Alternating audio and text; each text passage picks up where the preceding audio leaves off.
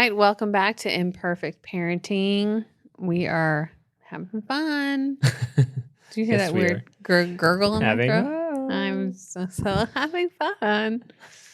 So excited. It's the exciting part of podcasting is your voice is not always the way you want it to sound. No, but it's really crucial part of podcasting. So your voice has to sound somewhat normal enough to Gurgles allowed. Hear it. What a weird way to start a podcast.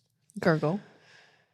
This conversation. Oh, well, it is maybe the end of our day of Imperfect podcasting. Mm-hmm. All right.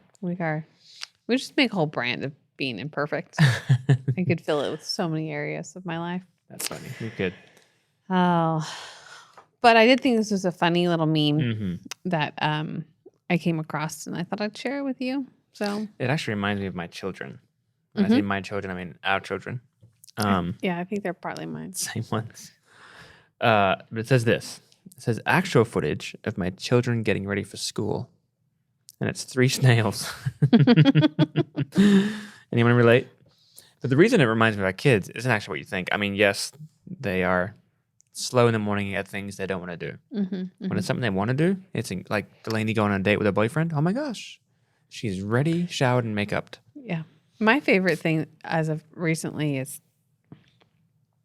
her boyfriend gets up really early and he goes fishing or whatever. He's just an early bird and he goes to bed early as well, which works great for me because I think nothing good happens in the dark. So go to bed early.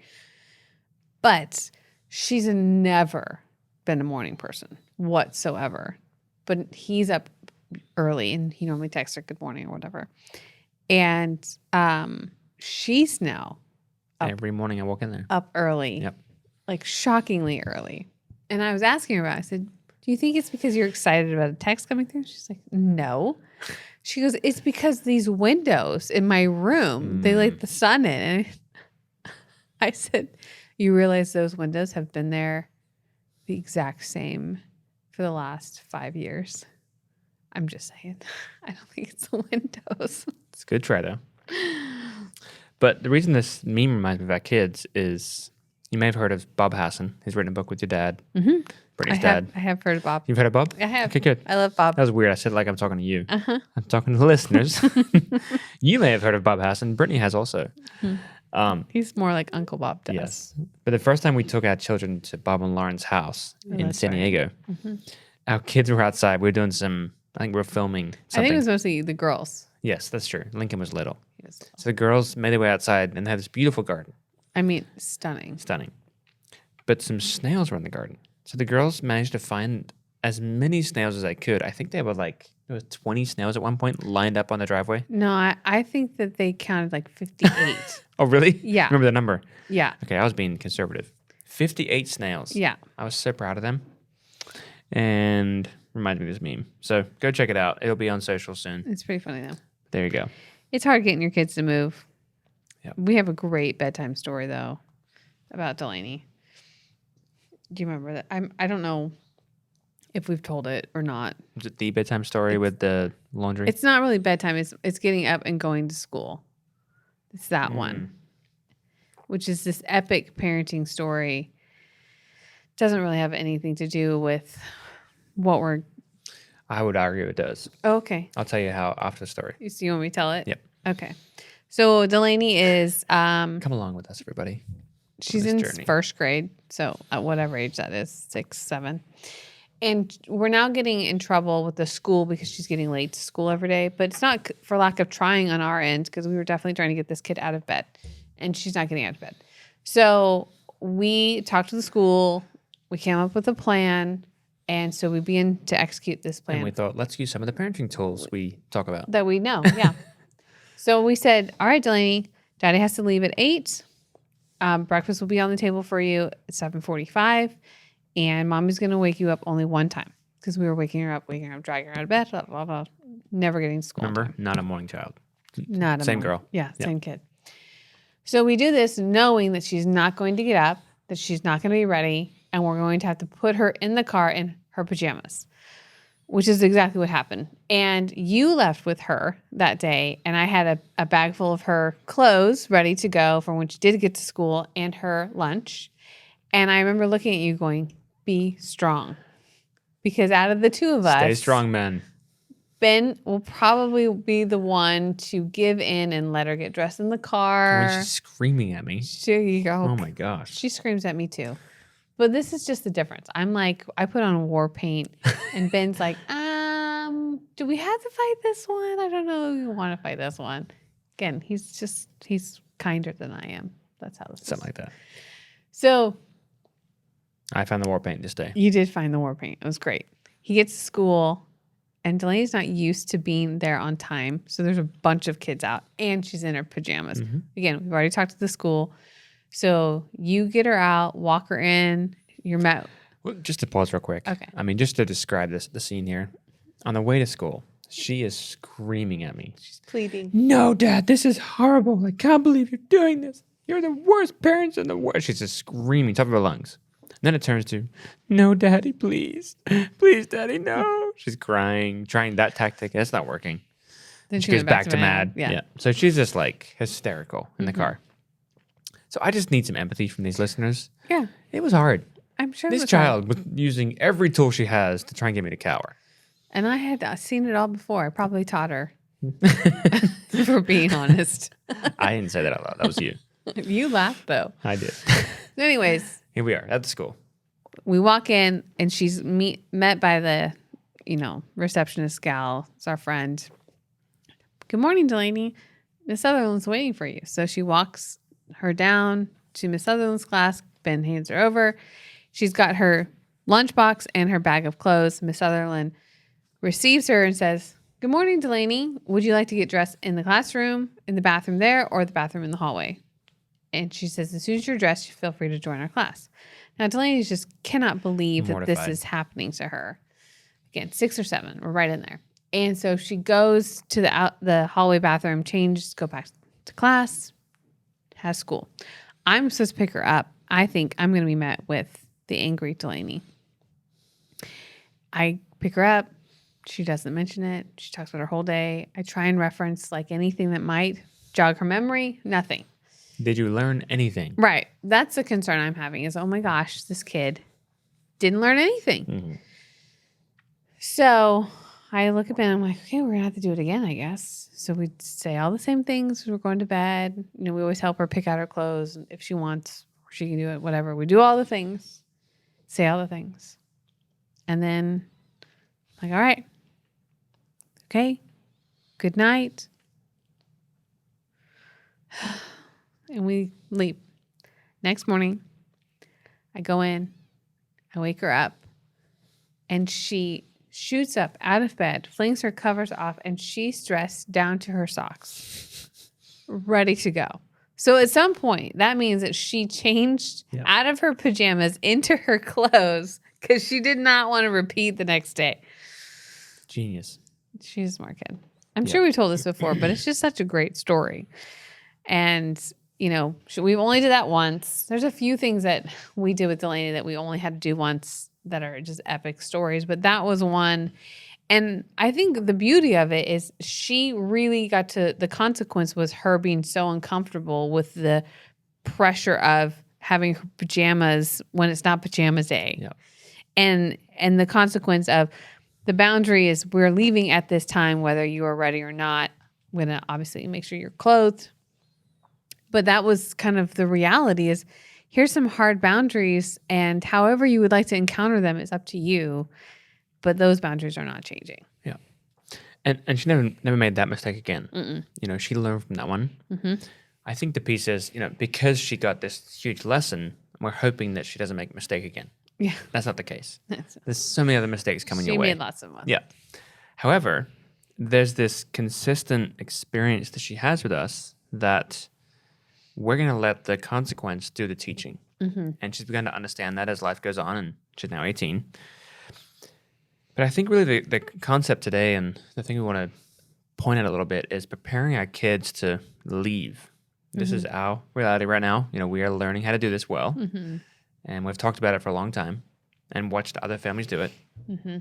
But I think even these moments we're describing, when she's in first grade, there's this foundation being laid of you are in charge of your life. Mm-hmm. You're in charge of yourself. Now, you're home. We are doing so much for you. Yeah. You being in charge of your life is this big right now. It's really small in the grand scope of things and what's coming your way. But there's this maturity process that we're helping you create and build in that you deciding to sleep in and not get up on time has a consequence. Yeah. And then it progresses to bigger and better things and homework and boys and poor decisions. But it changes to there's this thing that's happening underground. And the thing that can be hard is we don't always see it right away. Yeah. We don't see the fruit right away, but there's this foundation being laid. We drove past this building the other day and Lincoln says, they built that really quick. I said, well, they did. The thing you see happened really quick. But the foundation took a long time. All the plumbing, all the things they had to build before they ever actually build something that we see, that takes a long time. And it should, because you want that foundation to be really sturdy to handle what's going to come. So I think part of that is just to encourage parents, like you doing the work, you using the tools, you practicing with your child, you letting the consequence of the teaching really is building the foundation that they're going to build on later in life. They'll be so thankful that you set the boundary, that you had the hard conversation, that you held the line and still drove them to school, even though, we have lots of school stories of learning with Delaney, lots of bedtime stories, but it's just such an important piece for the foundation that you want them to have when they launch out. Hey, it's Brittney here. I'm normally on the Kylo Show, yes, but I wrote a book. I wrote a book for parents, but I talk a lot about moms. So if you're listening to this and you're a mom who's frustrated, who feels like you're failing, who feels hopeless in this game of parenting that we're in. So if that's you, mom, buy yourself this gift on Mother's Day. It's going to be worth it. So I hope that you feel blessed and encouraged by my new book, Imperfect Parenting. You can find it at imperfectparenting.co.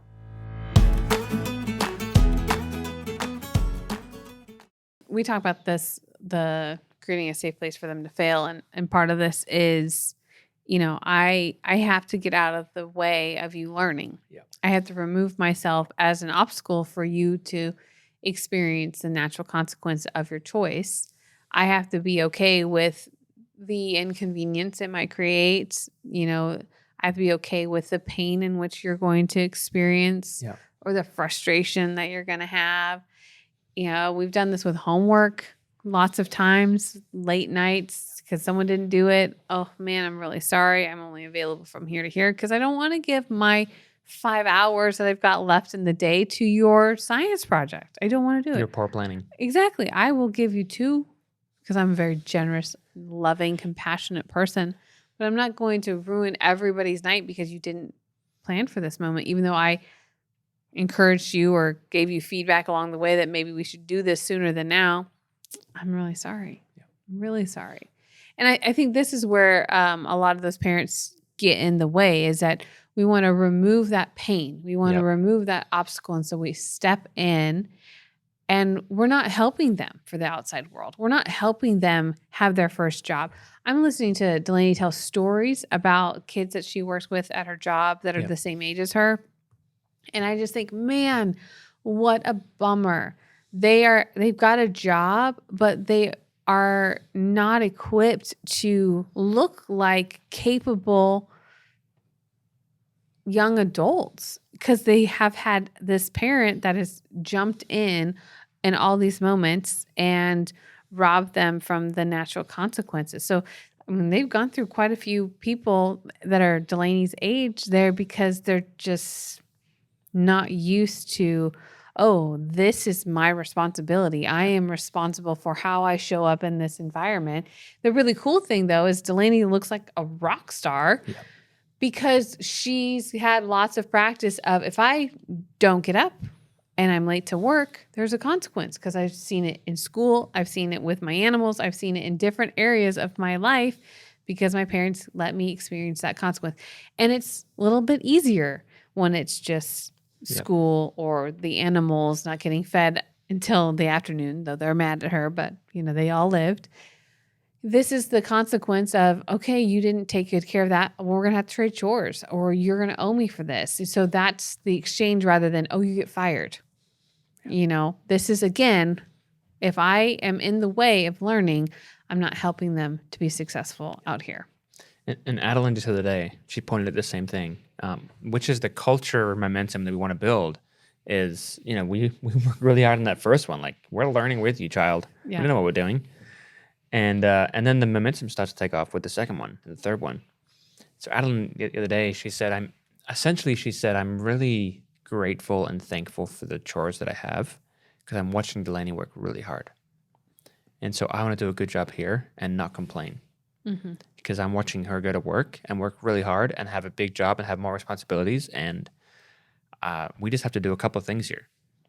We contribute in a few ways. And so just listening to her describe her in process, watching her sister kind of wrestle with this and really build on the foundation. Because I think if we were honest, we were like, we think Delaney has work ethic in there. We think she's going to learn how to work hard. Her room would say otherwise, but I think it's in there. And then she finds the right job for her in the season. Uh-huh. And this girl takes off. There it is. We knew it was there. We knew we put all the work in and helped build a foundation. She just had to go find it. Mm-hmm. And she had a couple of different jobs. And she always showed up with work ethic. But this job, and I think this season and the right timing has produced something in her. We're like, okay. Yeah. It paid off. All those things, all the stories we tell on these podcasts and books and whatever else we do, it's paid off because she's built a foundation with us mm-hmm. that is now producing fruit. We're seeing the building. Mm-hmm. So it's awesome. And that's the fun part is, again, we're in a different season of life than the toddlers, but we did all the work back in the toddler years. We did the work of making sure we were enjoying that season and not trying to get out of it because we were tired or not trying to, numb out and go back to work just to escape. I loved working, but I loved working because I realized, I'm such a better mom when I've had a little bit out here. I get to be 100% here. Yep. And so knowing what I needed, all these elements help us create a culture that we want to be part of and that we enjoy and that we're thankful for, rather than I'm miserable and I don't like it and I don't enjoy it. They're little kids, and toddler years I call them the trenches because it is such hard work. You're just day in, day out. It's the same thing, and it doesn't feel like you're building on anything. Yeah. But if you can find vision for the season that you're in and look to create some vision and then help empower these kids, because no matter what age, aside from infant, I think you can empower your kids in different ways. Yep. Where they pick up their shoes and put them in the basket as soon as they get home. A 1-year-old could do that, let's say 70, 50% of the time, right? You can practice empowering them to, be preparing for something greater than toddlerhood. Yep. Pretty soon. You're just practicing, but it comes with, I have to be inconvenienced. It's going to take you so much longer to take your own shoes off and put them in the basket than it would be for me. And that's that interjecting yourself and getting in the way of the learning experience. It's really easy to do, especially in those early years. But those early years is so much where we get to practice them learning and trusting us, empowering them so that they learn to expect it. I was talking to a friend of mine. Yari used to work with us at Love and Purpose for years, and she lives in Florida. So if you're listening, Yari, I love you. I love you too. And I remember she watched Adeline one time. We were out of town speaking or something like that. And Addie's got to be 2, 3, maybe. Lincoln was a baby. They didn't have kids yet, and Yari's with our kiddos. And Yari just starts kind of telling Addie what she has to do. You need to brush your teeth. You need to go get dressed. Then we're going to read a story. And Adeline starts crying and yells, I need choices. And people are like, you don't have choices in the real world. I'm going to call my initials. BS. What world do you live in? Yeah. That's complete BS because you do have choices everywhere you go. You don't have to work for an awful, toxic human being or environment. You can Move somewhere else. I think every time I bring this up in a parenting conference or training thing, there's always someone that says, I have to go to work. I enjoy responding, no, you don't. Exactly. No, you don't. Yes, I have to go to work to feed my family. Yeah, that choice you made is to go to work to make money. That's a decision. You don't have to do anything. Well, fine. I get why they say they have to. Right. It's your responsibility, but you don't have to work for an environment that you hate. Exactly. You might be sacrificing and choosing to be inconvenienced to provide for your family, but do not act like that is something that you are tied to and you are powerless little victim whiny baby. Please don't. Do you like how I'm getting on a rant right now? Yes, you go. Come on. This is what Ben Just does. winding Like, up. it's dangerous. Brittney, it's dangerous. Oh, I like it. But don't act like that because that's not true. They have lots of choices. And I want my kids to always feel like there's an option. And they're watching you. Absolutely. So if you want to be a victim, guess what you're creating? A bunch of victims. Sorry, Whisper. I did whisper because I wasn't going to yell it. But that's the reality is that if this you creating the culture in your home starts with you, are you going to prepare these kids for the outside world? That's up to you. Yeah. Are you going to get in the way of their learning? That's up to you. I mean, you can do all those things, but if you are miserable in the culture and the home that you've created, and you have a bunch of kids that don't know how to function in the world, part of this could be because you've created it. Yeah. You have given them the mindset that you're a powerless person. I'm so thankful that Delaney did not stay at her first job because it was horrible. Yeah. It was a horrible environment for her and she was miserable. She'd come home crying.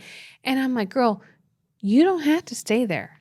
And it was such a good experience for her to have to go through that, to experience people who are toxic and are so selfish and just not creating a good environment. And disgusting. I want that for my girl, but I want her to have to figure out, I don't have to stay here. I have a choice. And I'm making my decisions. I'm in charge of my life. I'm not here because I found a job and I have to stay here. Let's see what you can do with it. And she did. Yeah. I mean, I remember her coming to me and saying, can I please just quit? Just let me quit. And I told her, I said, you can quit as soon as you got another job. Yeah.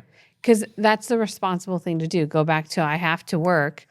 You're right. You do. If that's, you decided to provide for your family. So you're miserable. You make everyone else miserable because you're miserable. What are you going to do?